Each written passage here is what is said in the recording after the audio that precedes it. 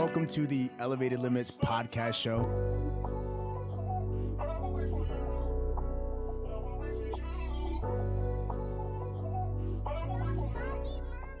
What's up, guys? Welcome back to another episode. Today we have a special guest in the building.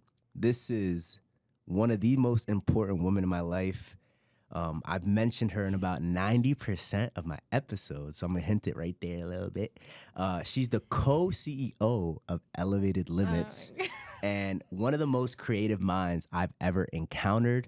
She is truly one of the greatest gifts God has given me outside of my salvation. Please help me in welcoming Jaileen Ruiz. We gotta throw that speaker on. And we only gotta throw the speaker on because, you know, Bita be remembering me. She gonna watch this. I gotta make sure I'm hitting that button right there. You know what I mean? So how you feeling? How you doing? How's life? Like, we good? Hi. Yeah, life's good right now. Oh, my bad. Not to cut you off, No, babe, but go ahead. where I kind of want to start it off is Yeah. last night we went to go watch a movie. Yeah. What was that called? The Forge. The Forge. That was a really good movie. It was good. Yeah. Like, I felt like I was learning a lot, and it was basic principles from the Bible, but like what I was learning a lot too, babe, was like the visual principles that they were giving, like holding the sword, and like they were just giving like visual demonstrations on things from the Bible. So thank you for inviting me. I thought that was really cool. Shout out to Kayla for inviting me, honestly. Inviting us. Kayla and Tyler. Yeah. Shout out to them. Shout out. They're a you cute guys. couple. Yeah, and we're they probably really gonna are. do a God lot more. bless them. Exactly. We're probably gonna do a lot more stuff with them. I'm excited to finally have you on here. You know, I know. We have a lot to unpack. Yeah, we definitely do. We have your story. We have our story, kind of all compilated into one story. Yeah. And you know, I'm sure there are a lot of people who want to hear your story, and I believe that you have a powerful testimony. Okay. Yeah. And I believe that, you know, God is using you in so many different ways, and He's transforming you right before everyone's eyes, right? Like right in front of your family's eyes, your friends' eyes. I hope so. So I know so. And I've had the gift of watching it happen. You know what I mean? So I can't wait to unpack this. So first things first, we're gonna start off in the beginning. You're the oldest of two siblings. Yeah. Kind of talk to me about your upbringing and kind of what that was like. Yeah, so I have two younger sisters. Grew up in a household. It was my two younger sisters, my mom, and my stepfather. My stepfather was the father of my two younger sisters. Yeah, it was definitely different. I always kind of felt like the outsider. Just because, you know, my two sisters had the same father and he was in our lives. So, you know, at the time, my real father wasn't in my life. So I looked up to my stepfather and I kind of saw him, you know, briefly in the early years as my father. So, yeah. Dang it. It's okay, babe. Go ahead. It's okay. Okay. So you saw him early on as a father figure for you. How did that relationship dynamic happen? Like, how was that relationship dynamic? And kind of talk about like what was that like growing up with a stepfather? Yeah. And it's okay for you to be honest, and if you don't want to talk about it, that's okay too. No, it's okay. I feel like everyone's situation is different with a stepfather. Mine was a little bit more complicated. You know, like I said, in the early years, I always saw him as my father, so I had a lot of respect for him and love for him. And, you know, the love was always there, but... Sorry. It's okay. You don't have to apologize. It's getting... I don't know why I'm so emotional already. It's okay. But just growing up, it was kind of a lot of favoritism. So I always felt like my stepfather showed a lot more love, care, devotion to my sisters. And shout out to my mom. She was like kind of that person who always had my back in situations and always, you know, gave me that extra care, love, and attention growing up, because when I hit like a certain age, I just started to feel super distant from my stepfather. And it just, things weren't the same anymore. Mm-hmm. And, you know, I just feel like there was a lot of divide and tension in that household. Honestly, a lot come because of him. And that kind of behavior kind of trickled down to my sisters. They started to, he was a big part of how they viewed me as their older sister. So growing up, it was a lot of like, you know, don't let her tell you what to do. Like, don't have, like, a lot of like kind of like pinning against each other kind of going on. So growing up, I didn't have like the best relationships with my two sisters. And I'm not going to say it was mainly his fault. It wasn't. I know when I got to high school, I definitely had my part in it. You know, I wasn't the best sister, but I was hurt. Yeah. You know. Right, so. And a byproduct of you being hurt, it carried on for you to act a little bit different. Yeah. Which I just want to say thank you for just being so vulnerable, because I know how hard that is, because you don't have to share to that extent and express that, but I'm sure that there's a lot of people out there who have gone through similar situations, so that's why it's so important for you to open up like that, babe. So I'm so grateful for that. You mentioned high school. You went to this small school, LVA. Yeah. Right, little small school where you met charter school. Right, you met some. Shout out. Go ahead, shout, because yo, there's a little there's this little committee in LVA. It's a community. Like, if you LVA, like y'all are friends for eternity. Like y'all are friends forever. So like, who are those? Shout your LVA people out, because y'all are like. Yara Imani. Right, like y'all are like. No, those are still like my best friends to this day. Like I Matt and Gabby Gonzalez. I met them since, you know, some in 3rd grade and then some in like 5th and 6th grade, like middle school.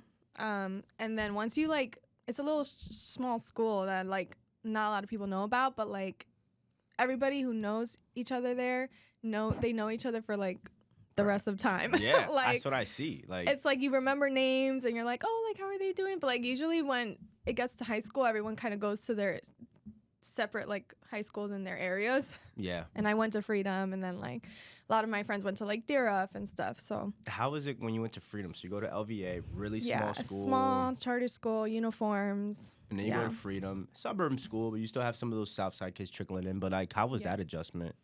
It was crazy. It was crazy. I was nervous as heck to start, because I went in the middle of 9th grade. So like when you go in like half the year, you don't have no friends. You don't. Not only that, I didn't go to East Hills. I didn't go to what's the other one, Brock, or any of those middle schools. Don't disrespect my middle school like that. What's the other one? Don't do that. Don't disrespect it. You know East Hills, you don't know Brock. I don't, because I lived by East Hills. I didn't live by Brock. Go ahead, my bad. But this is like an LVA kid, like to the max. Like we don't know anything, but like those schools in our area. But no, yeah. So I didn't have friends, cliques, that like I didn't go to school with these people. So literally on my own, had to make friends, and I did, thank God, you know. My first day was nice. You know, people introduced themselves to me right away, and I slowly but surely did find a clique and people who like just got me, and I got them, and you know, mainly like who lived around me too, because I would walk home to school, so it's like whoever was on the same path walking home, it's like usually, you know, who I befriended. That's cool. That's kind of where we met, right? High school. Yeah. High school, sweetheart, and all that. Should we talk about how we met? Like, how did that how did that start? You can. You want me to say it? I put up. Well, that's how it started. No, it didn't start with me. Damn. It started with you. She not lying. So now, I think it started. It might have started. It started my junior year. I believe it was my junior year. I think I saw you for the first time like my sophomore, freshman year. Like my sophomore year. You always get confused with like the date, but I think it was. Now we're at that point where we're like, it's like we're 10 years out of high school now. Like it's like so now it's kind of like, now the memories are starting to like trickle. I think I was a junior. You were, and you were a sophomore. Yeah, I think so. I think that's true too. Okay. So we'll go with that. Mm-hmm. So it was like my sophomore year. I'm running track or whatever the case may be. I see this girl. I'm like, damn, she's so beautiful. I want her. Like, I just want to talk to her. I want to get to know her. Meanwhile, I was an ugly little girl. She was not. You were Yes, I beautiful. was. Nah, you were beautiful. If you were ugly, you would have never caught my attention like that. I promise you. Okay. I was ugly though. I looked ugly. I was the ugly one. I was the ugly one because what I'm about to talk about now. You know what it is? Well, go ahead. We just glowed up. And so we're like looking at ourselves now compared to then. Like, obviously, we were just kids. we look different. Yeah. So I just seen this girl on track. I'm just like, damn, she's mad beautiful. Da da da da da da. And then this kid on the track team, Tony, you know Tony. Mm-hmm. I'm like, who's that? Like, yo, what's her name? Is she talking to anybody? And then obviously he knows you because I walked to home together and all that stuff all the time. And he's just telling me the whole background, give me the rundown. So I remember even points where before I really started to try to push up, like you'd be walking home and I'll be on the bus and I'll be like, hi, Jaileen. And you don't even know who I am yet like that. Like I'm just Oh my gosh, I remember bye, that. like, Why did that flashback just come to me? Oh that my was gosh. like that was some really rookie moves. I ain't even gonna lie. remember that. I was mad nervous. I was just be like, yo, hi. Like I was like, I like, and How I did just you and know then I'll keep driving and I'll just sit down like I like her. But yeah, that starts to happen, and then little by little, like I'm legitimate, like I'm like really trying to talk to you and get to know you, but you're not giving me any time in the day, right? And you're just saying I don't really like. You're dubbing me basically. You're saying I don't really want to get to know anybody right now. It's not you, it's me. It's not you, it's me. And I'm just like, how is this? I'm like mind boggled. Like, how is she like not gonna give me a chance? I'm trying my best. Whatever. I let it rock. She starts dating somebody else. Like a couple months later. I wasn't usually. You weren't dating at that point, like anybody. So I was I didn't just date like, anyone, so I'm just like, yo, like how?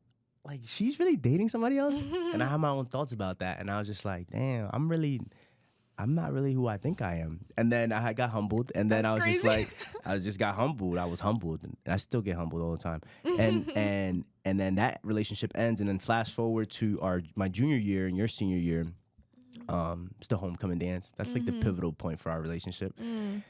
Homecoming dance, I see her and I'm just like, yo, I just have that. I can't give up.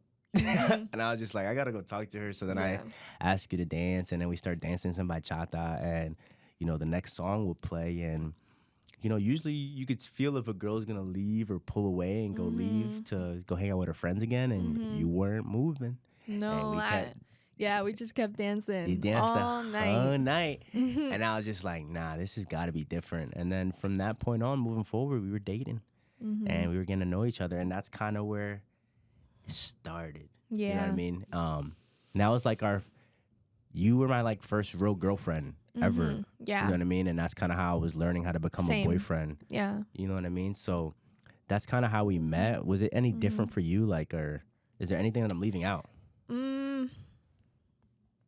Like you had your friends come up to me for you a lot. Like your friends. Yeah, I was a Unless scrub. I don't know if it was because you were sending them or they were just like I think I was doing it because they wanted to, but like I don't know. I think I was really nervous though, to be honest. I was a really shy kid too. Okay. I was yeah, really I got shy. that from you. It was like I didn't both. wanna, Like yeah, it we was were weird. both hella shy.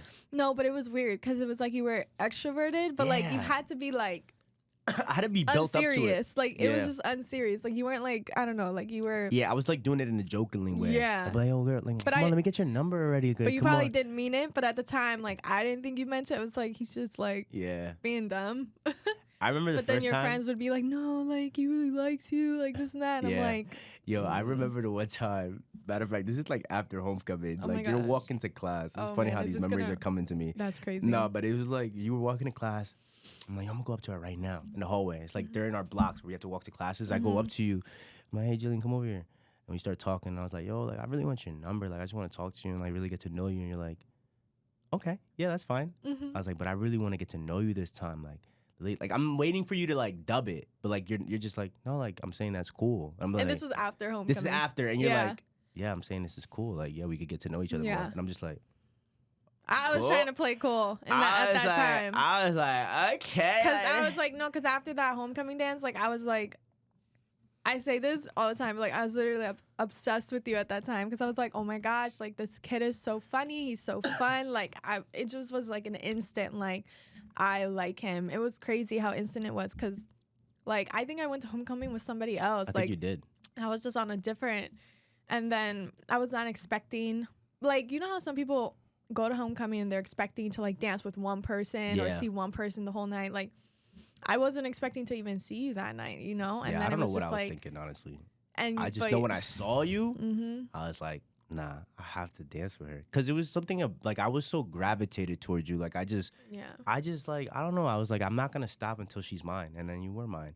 And that kind of starts the journey of our story of just the off and on and all the trials and tribulations. And really what it was is I wasn't ready for that relationship. I wasn't ready for our relationship. Yeah. And what God had in store, because this relationship is from God.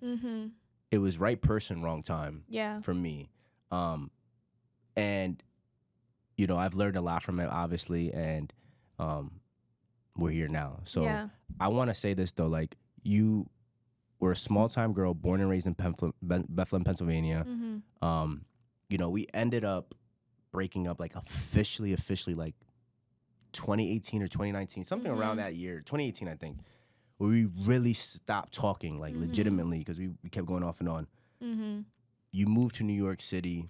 Yeah, for college. Kind of talk about what that transition was like for you. You go from a population of 80,000 people, you know, now you're going to a place where there's 8 million people. Yeah. Single. Not with your high school sweetheart no more. No. Forget about him. What was that like?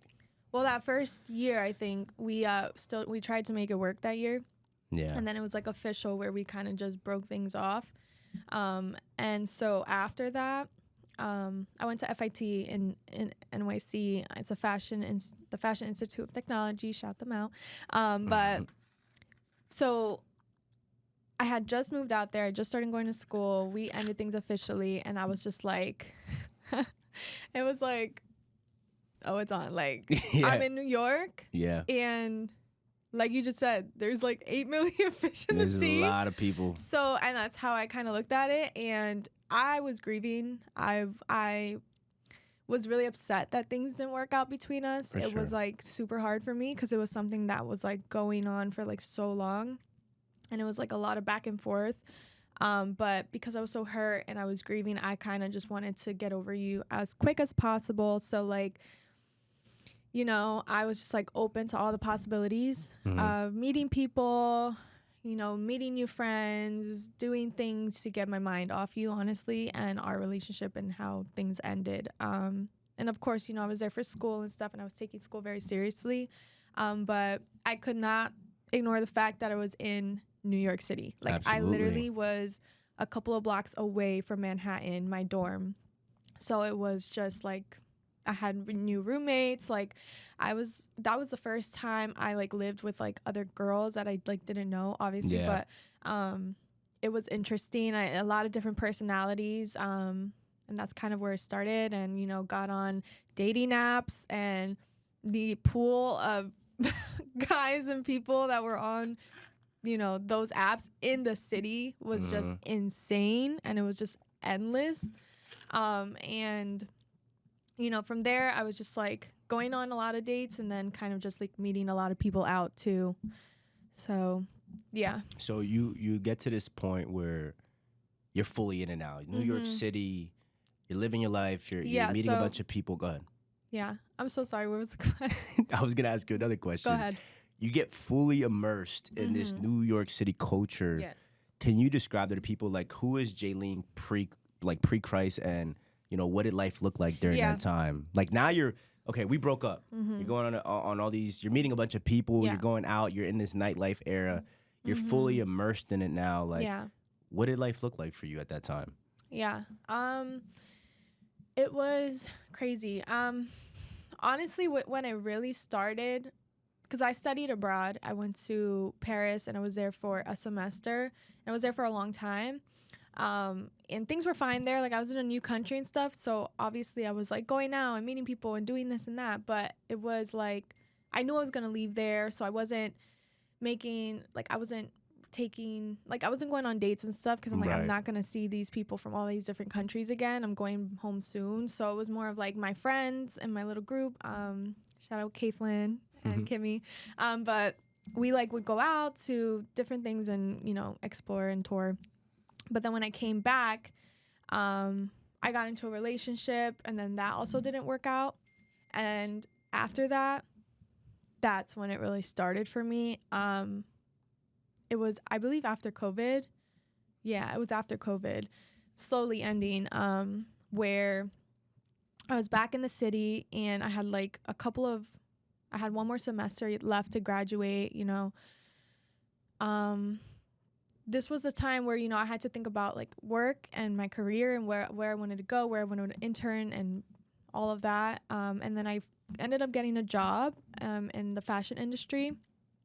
But at the time, it just wasn't like, it was paying decent, but it wasn't paying like enough, and it wasn't paying for the lifestyle that I thought I wanted at the time. Mm-hmm. So I ended up working 2 jobs. I was doing that, and then I was also doing like the nightlife industry. I was bartender in the entertainment industry, and that along plus my breakup with the person that I was with like at that time during COVID kind of fueled like the person who I was like about to become. Yeah. Because I wasn't always that person. I was that person. It changed. Trust me, I know. I know. We'll talk about that. We'll go ahead. I definitely know. But so Instagram. Yeah. So talk about this person that you're talking about. Like, who is the person that you're becoming, and what did that lifestyle look like? Yeah. So, I mean, Instagram is what opened the door to that person, that lifestyle. I don't. You could say it how you want to say it, or do you go ahead? No. So I like how you said it like earlier. It was there's a certain culture that there's a certain selective group of women that are in that are being pretty much. So basically, it's called pretty girl privilege. So pretty girl privilege is a thing. It really is. And I, after my last breakup, like that breakup after COVID, I started popping off, and I was like, you know, F guys, and like I'm about to do my own thing, and like I stepped into like this persona. I dyed my hair blonde, like I was like a whole new person, and I like started to post a lot more.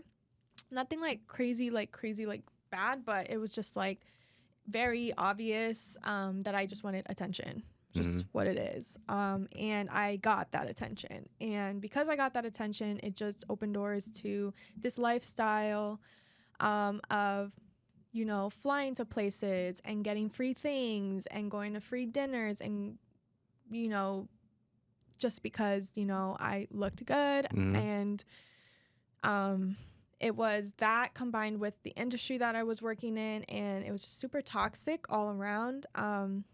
But I was like this person who, I just, all I cared about really was like, what's the next thing I can do? Who's the next person I can meet?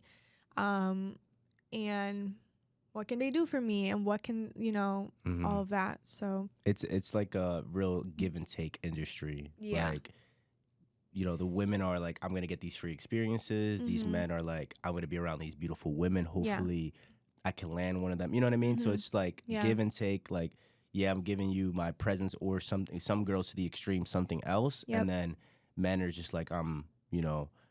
They just want you to like be around and make them look good. And obviously, of course, some of them like want sex and like all of that. You know, I still was always super careful about that, and stuck to myself a lot, and stuck to my kind of my roots, like where I knew that my body was a temple, and I wasn't just supposed to be like going out here and doing crazy things. But like it's crazy the situations that you can still get yourself into, like still not being open to things like that.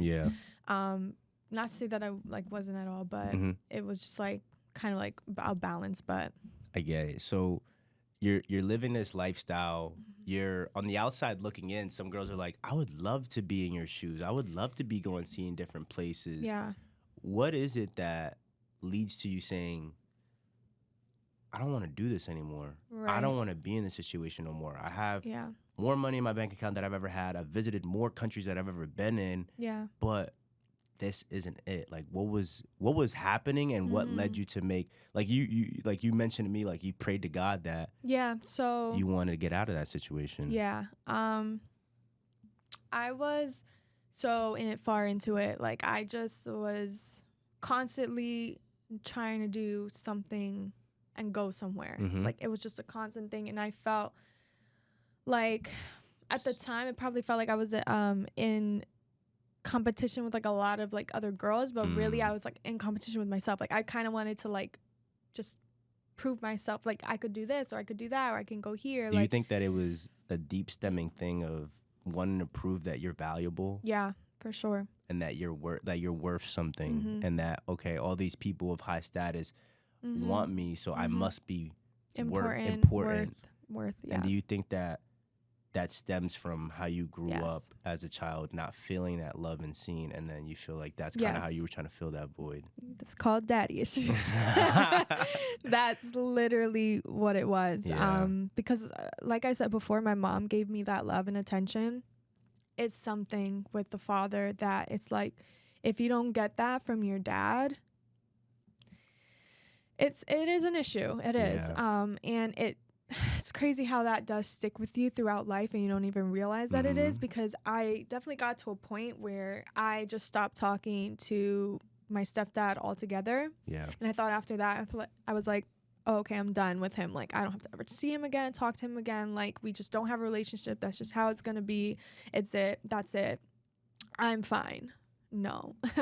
No, like, it was underlying. It was always there. Those feelings of just like rejection, you know, and it's just like proving like, no, like, yeah, it's exactly what you said, just that I'm valuable and worth it.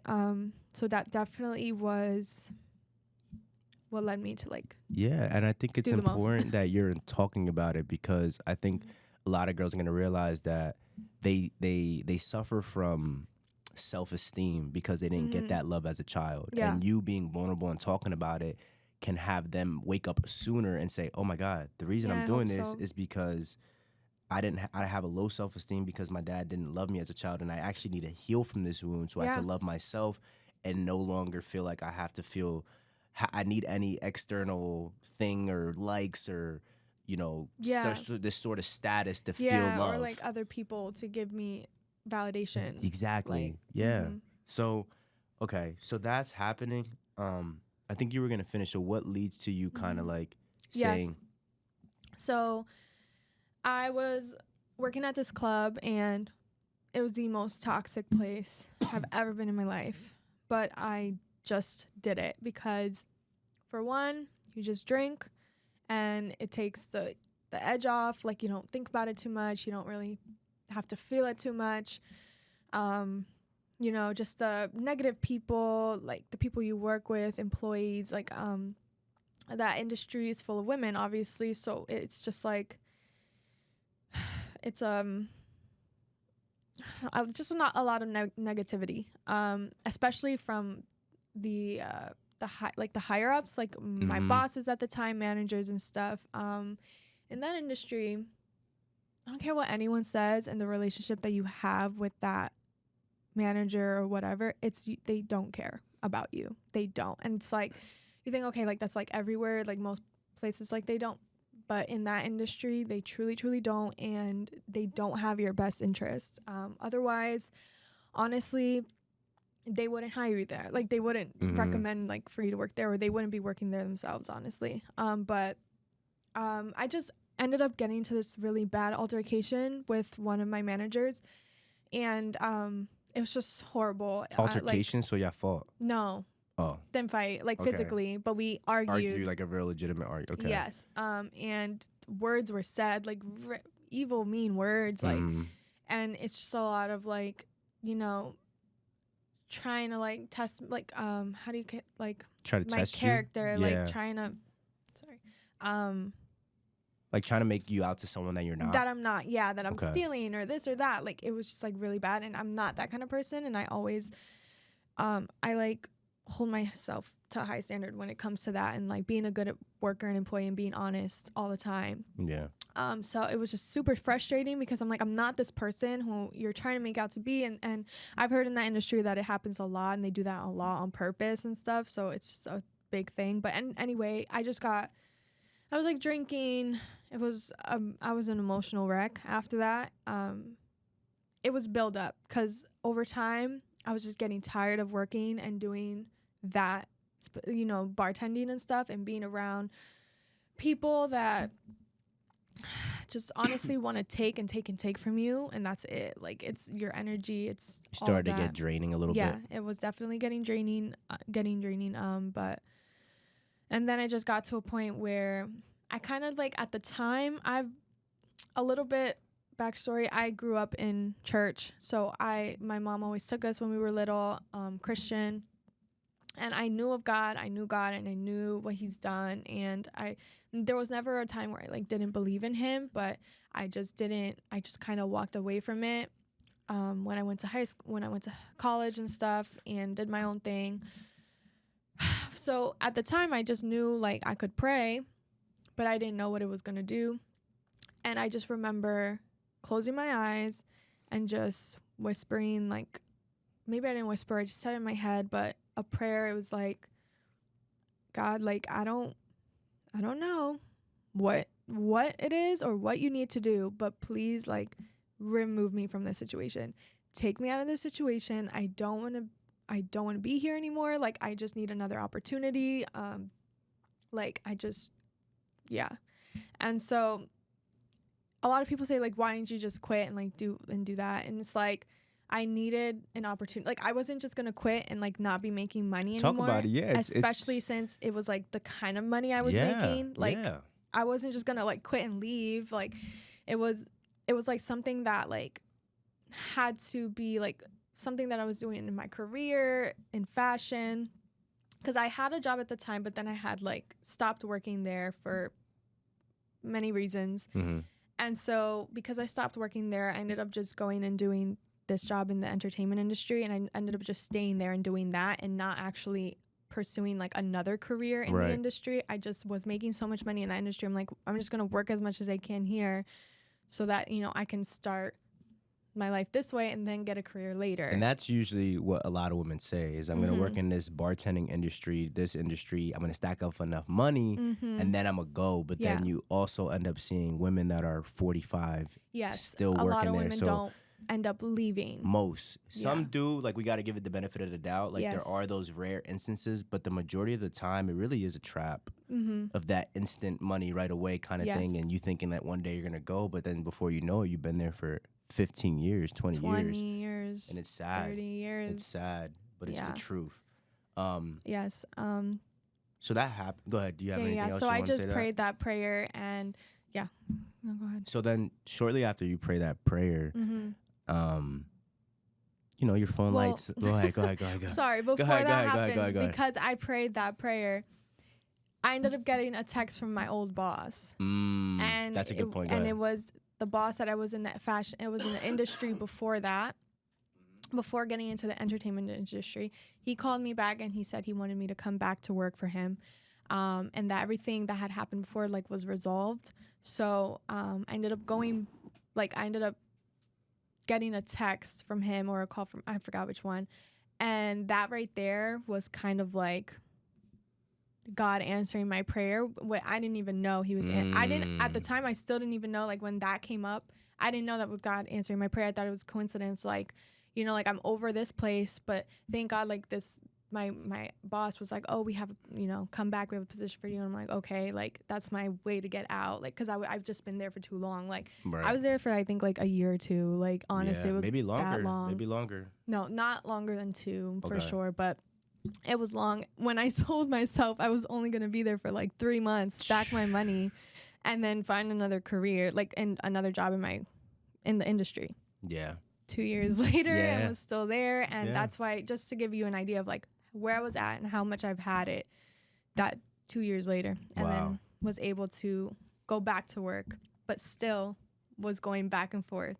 So I was working my day job in the industry, and then at night I would go straight to like the entertainment industry job, like back to back, and I was like worrying myself a lot, but like still didn't leave.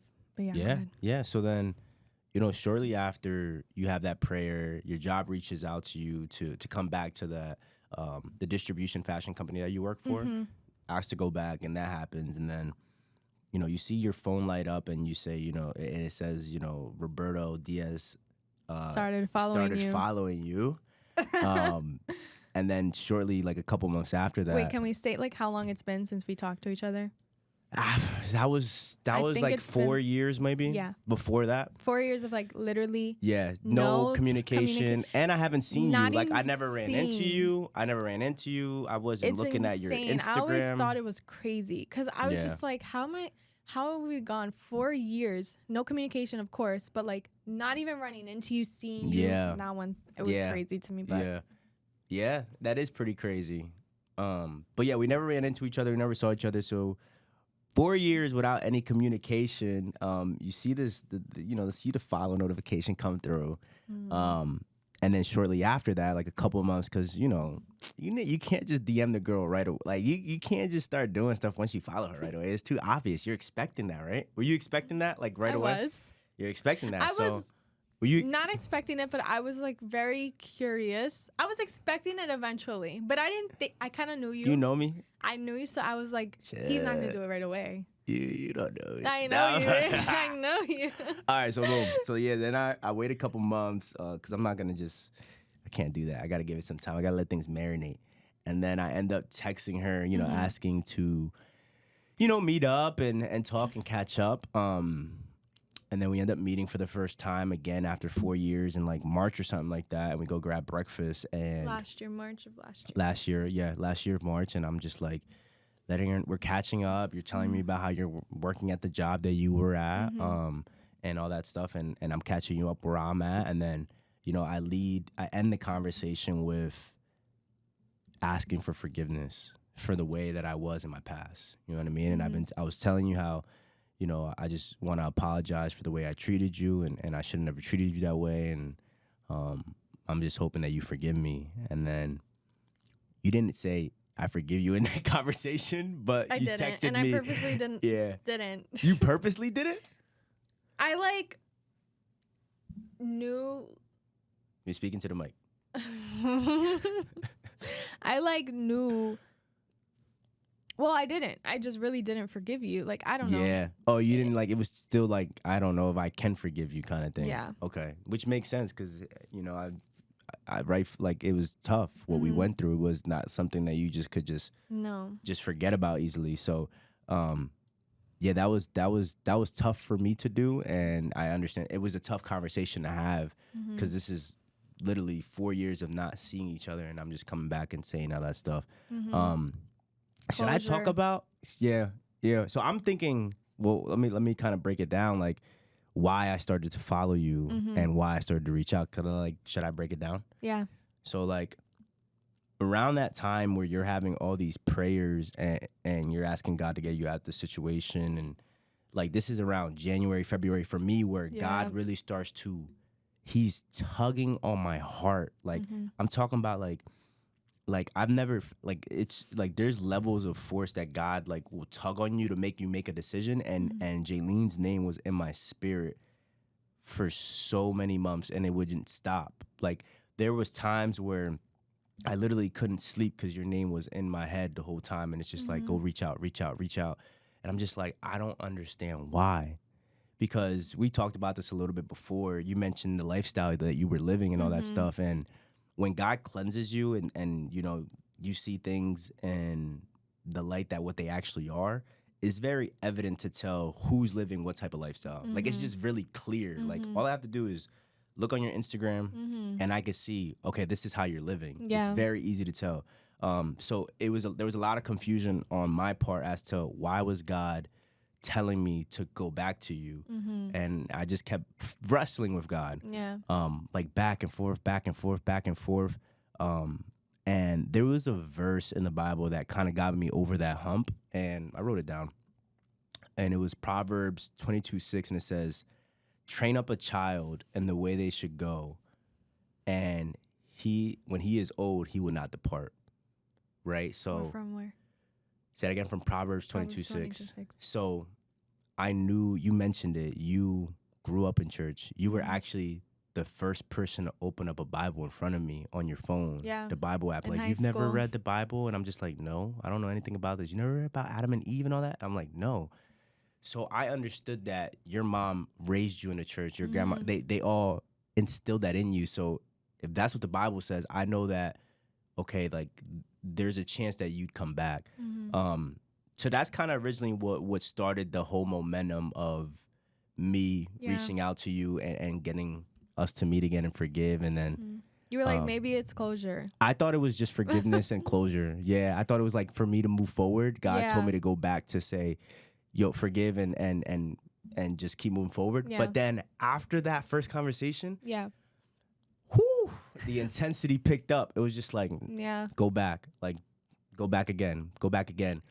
And I went back again the second time, and you had like no idea what I was doing because I was asking you reached out to meet again. Yeah. And I was just like, okay. I thought he wanted closure. Like, what's going on? And I started asking you, especially the second date, I started asking you very intentional questions. And it was like, you were literally like, if there was a test score, you literally scored out of 100, 1,000. And I'm like, oh, wow, she literally wants everything out of life that I want. And it makes perfect sense. And now it's starting to click for me like, oh, this is why God wants me to come back. This is why God wants me to talk to her and to reach back out to her, because he wants me to get back with her, because she literally wants to go in the same direction I want to go in. Like, we align so perfectly together. Like, it was like, I was like, my heart was beating so fast when you were saying certain things. And I was just like, oh my God. It's like she's stealing the words out of my mouth before I say it. And I'm just like.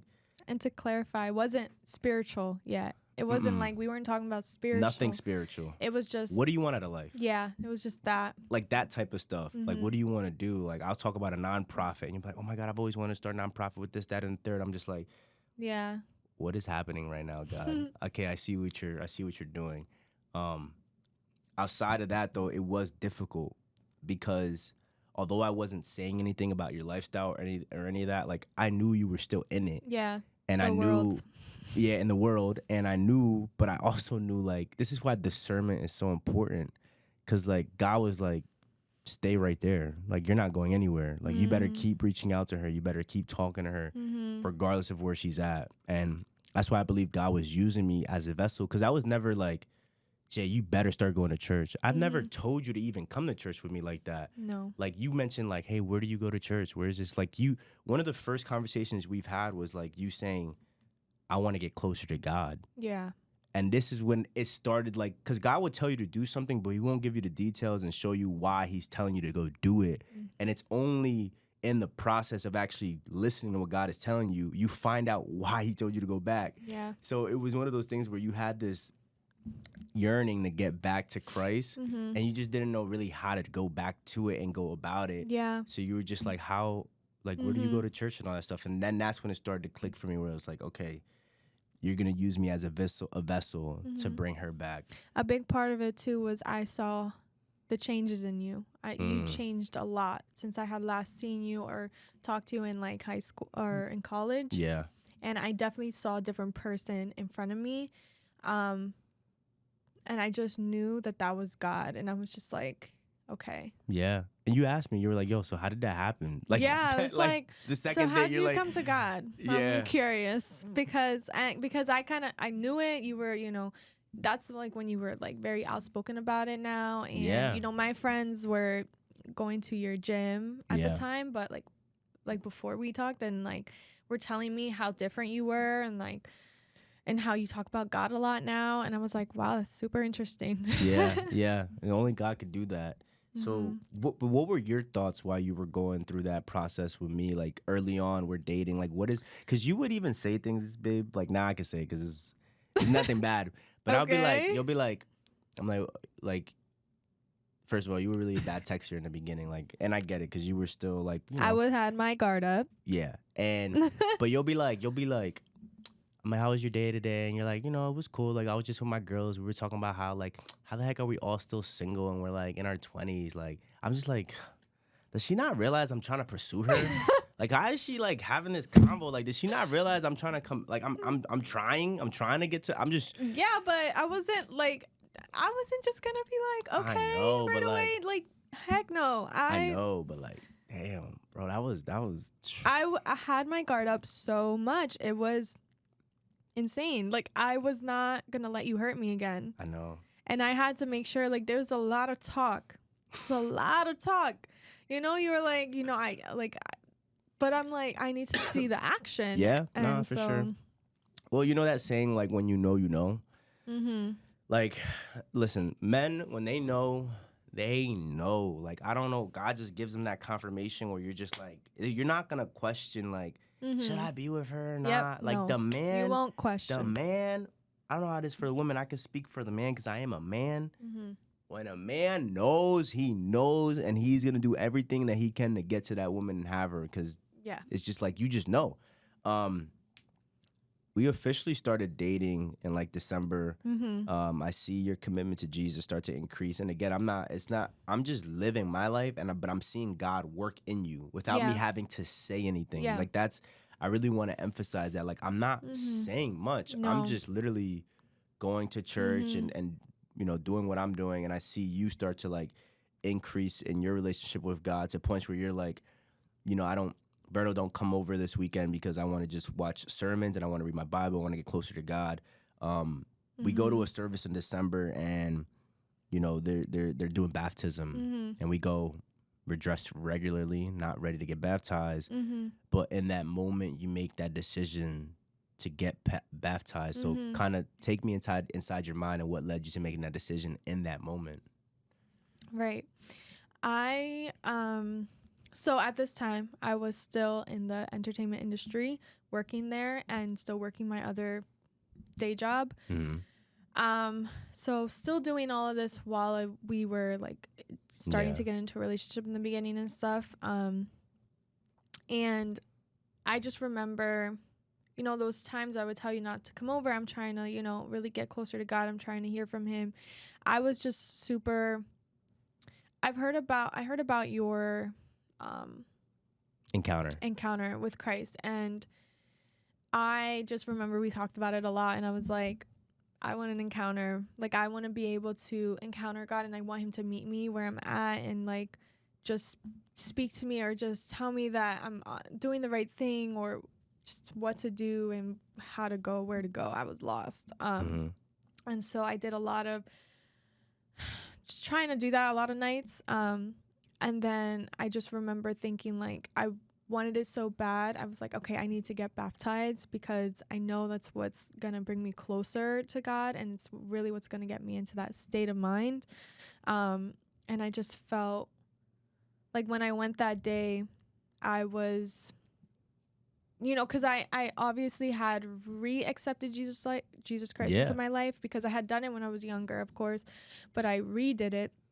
And then I started my walk with Christ and, still in the world. And then I was like, I don't even want to be in the world anymore. I just want to be like, I just want it to be all about Christ. But like the situation that I was in, it was super hard. I was just fighting it. I was going back and forth.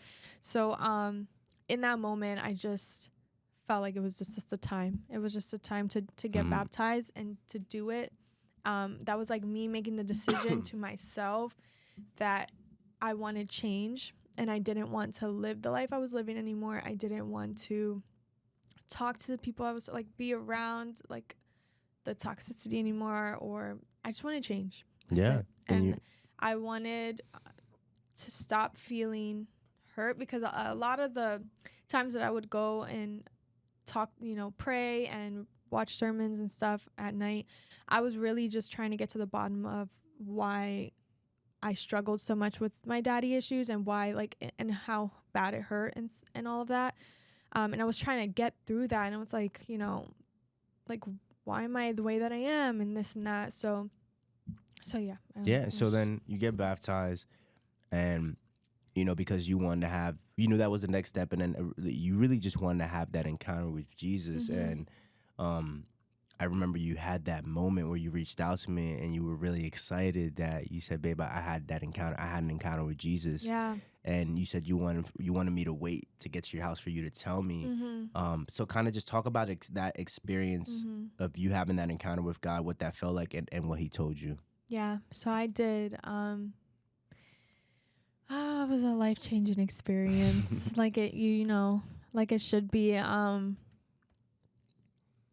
So I'm trying to get myself back to like that moment, but I just remember telling you so much, like, listen, like, not that I necessarily like wanted an encounter, but I just like wanted to hear from God. I just wanted to hear from God, and I just wanted to make sure I wasn't crazy. Like, I knew I believed in him, but I was like, am I crazy for like believing in something that I never really heard from, or like never really it was just confusing. And so I just remember you telling me, like, I just have to really isolate myself and pray and just pray. So I remember one night I was upset. I was like, something happened between us, and that's really what brought me, and it got me to like this position where I just like had to like, I just needed God to like help me in that moment. And so I prayed and prayed and prayed, and I just remember praying about a bunch of things, not necessarily like, God, please, like, give me an encounter. Like, I want to see you. I want to hear from you. It was that, but also a lot of like, I just want to know you. Like, I just want my life to change. I just want to go a different route with my life. I don't want to end up where, I could end up, and I could see that happening. I just need saving. Like, all of that. And I remember in that moment, I felt a lot of shame. I felt a lot of anxiety. I was feeling depression at that time. I was just like in a really bad state. And then I just remember praying really, really hard, crying uncontrollably, and had my eyes closed. And I just felt like I had to grab a pen and a paper. That's it. And I did. I grabbed a notebook and I grabbed a pen, and I just had my eyes closed the whole time, and I was just writing, and I just started writing, and literally whatever came to my head in that moment, I was writing, and I don't know how it came to my head. I don't know why I was thinking about that or how I was thinking about it. Now I know it's God, but at the time, I was like, I don't know what's happening, but I'm just going to write, and I'm just going to write. And I'm writing with my eyes closed. I can't see where I'm writing, and it's lined paper. I'm like, I'm writing on the line. I don't know how I'm doing this. And I'm just like, I remember opening my eyes, and I'm crying, and I look at the paper, and it's like a literal love letter. And I just remember reading it, and it was a love letter from God. And it was just, I'm not going to go into detail about like what it said, but it was just really about how I don't have to feel shame anymore. He's forgiven me. I'm not the person who the devil says that I am, or that I think that I am in that moment. I am not a product of not having a father.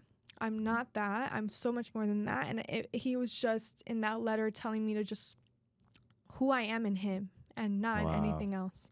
And so he also told me a little bit of like my purpose as well, and what I'm supposed to be doing, and who I'm supposed to be reaching at, reaching primarily women in the similar circumstances. And then it kind of just ended with like, just to remember that I don't need a father, and he is my father, and that I'm his daughter. And it was just amazing. I felt amazing. Oh my gosh, I felt amazing in that moment. It was like so much weight lifted off my shoulders. It's a peace that I really can't describe. Yeah. It's insane. And he says it in the Bible. He'll give you the peace that surpasses all understanding. You can't even explain that level of peace, right? And it's incredible how good Jesus is, and what he could bring us out of is crazy, right? Yeah. Like, we are living testimonies of God could take you out of some pretty dark places. You know what I mean? Yeah. So that happens. You have that encounter. You're on top of the world. Peace is going through. You're feeling great. Oh my God, Jesus is real. I heard him. I'm my Christian music and my Maverick City. You're putting it on your stories. Oh, oh my God, Jesus, so good. Yep. You know what I mean? You know what I mean? You're doing your thing. Mm-hmm. But there are some struggles that start to come, right? Like you now have to put on. You have to kill that old identity that you have, and you have to put on that new identity that in Christ. Mm-hmm. So kind of talk about what that experience is like, and some of the early struggles, but some of the struggles that you still deal with to this day, because it's a constant thing. Mm-hmm. Who am I? Like, I'm really trying to figure out in that moment. I know who I am in Christ, but it was just like, okay, who's Jaileen? Like, who? Like, I was still working in that industry, and it's so crazy because after that encounter, when I would go there, you start to feel things that you've never felt. Like, you can truly, like, the spiritual world is real, and you can truly feel the demonic presence of something. And I just remember every day walking in there, and just, like, it wasn't long after that I stopped working there because I was just like, I'm done. But the few days that I did was still going there. I just couldn't anymore. I was just like, and I just made the decision, and I was like, you know, I just can't be around these people. I do want to also just stay really quick. Like, a lot of the girls in that industry are amazing women. Mm-hmm. They are amazing women with amazing hearts. And I saw a lot of people like women like me that were there, not really wanting to be there, not really wanting to be in a situation where you had to go through what you have to go through in that industry, and just be disrespected and all of that. Because at the end of the day, yes, like, you were doing like really fun things and going places and getting compliments and this and that, but it was just like, you still go home at night and it's just not worth it, and you just don't feel good about it. And there are a lot of women in the industry that are going through that and feeling that way right now, and just kind of want something different. And I just want to say that real quick, because not everybody in that industry is like bad people. They're not bad people. I get it, yeah. But it was just the energy, and I had to get away from it. So I did. I stopped going there, and life started lifing. And now it's like, okay, I have to walk different. I have to act different. I have to talk different, because I'm now, you know, a Christ follower. And it is not because I have to. It's because I want to, and it's because I want to please God. And it's just that feeling that I got, that peace. It's like you just never want to leave that peace, and you constantly want it. And the only way is to search for him and look for him and like just be obedient. Yes, and like pray and read your Bible and being on top of it. And so So I hear you. So you are trying to find this new identity in Christ. Go ahead. So my identity. So it's a lot of what I think my biggest issue, right, was, how do I put it, modesty. Like I was trying to figure out, because the person who I was before, and this is no shade to people who dress that way or any of that. I did it. I used to do it. So it's like, and I thought it was completely okay. And it is okay if that's, you know, your preference. But for me at the time, it's so crazy how it switches, and how God literally takes the veil off your eyes, and you start to see things and hear things for what they are. And I just was like, I don't know how. Like, Jay, how were you like half naked on Instagram? Like, how are you doing? Like, you know what I mean? How are you doing that and being okay with that? And because I'm just, now I see it so differently, and I just feel super like uncomfortable about it. And I'm like, I just want to do better for God, because I know that's what he wants from me. So it's like, and again, this is because I feel this and I want this. So yeah, over time, like I struggled with that. I remember telling you, like, I love fashion. Like, fashion's my thing, and I love dressing up, and I love looking nice and taking pictures. Like, that's who I am and who I thought I was. And it was like me trying to figure out, okay, how do I take pictures? Do that, and like without being seductive, and like how do I what do I wear? Because like I'm not about to wear like dresses that, like, you know what I Yeah, mean? I Like get I'm it. not gonna do that, but it's like, how do I still look cute and but like still respect my body and like all of that? So that was a struggle trying to find out who I was, because I'm like, okay, I love fashion, I love dressing up, but like, how do I do it this way? And I'm honestly still struggling with that now. I'm still going through that, but I know I'm gonna get it eventually.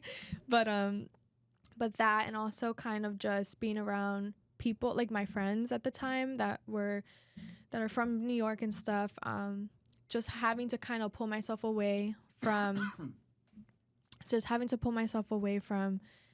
certain groups of people, and because they were just kind of always trying to do the same thing, and I just really wanted no parts of it, because I knew like that would be detrimental to what God has for me and my purpose in him. So yeah, wow, and I think a struggle that you're talking about is a struggle a lot of Christians have, right? Of constantly picking up their cross and dying to their flesh, and you know, trying to be more like Christ. Like we all have that transition period that is difficult to kind of get over that hump to fully be invested in him and look, and have that identity in him. So it's tough, but it's worth it. You know what I mean? That's what I always try to tell people. Like, it is hard to die to yourself in the beginning, but it's so worth it.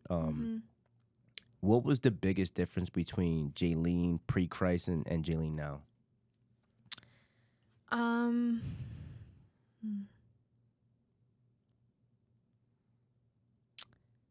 I think the biggest difference is how I react, and how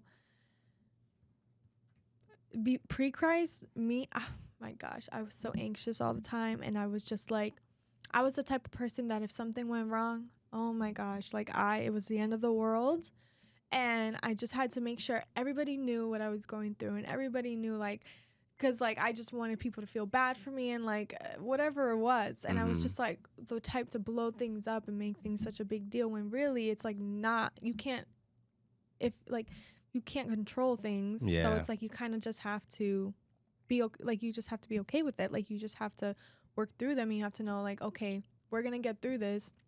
There's nothing we can do about it now, but we'll figure it out, and just like have peace.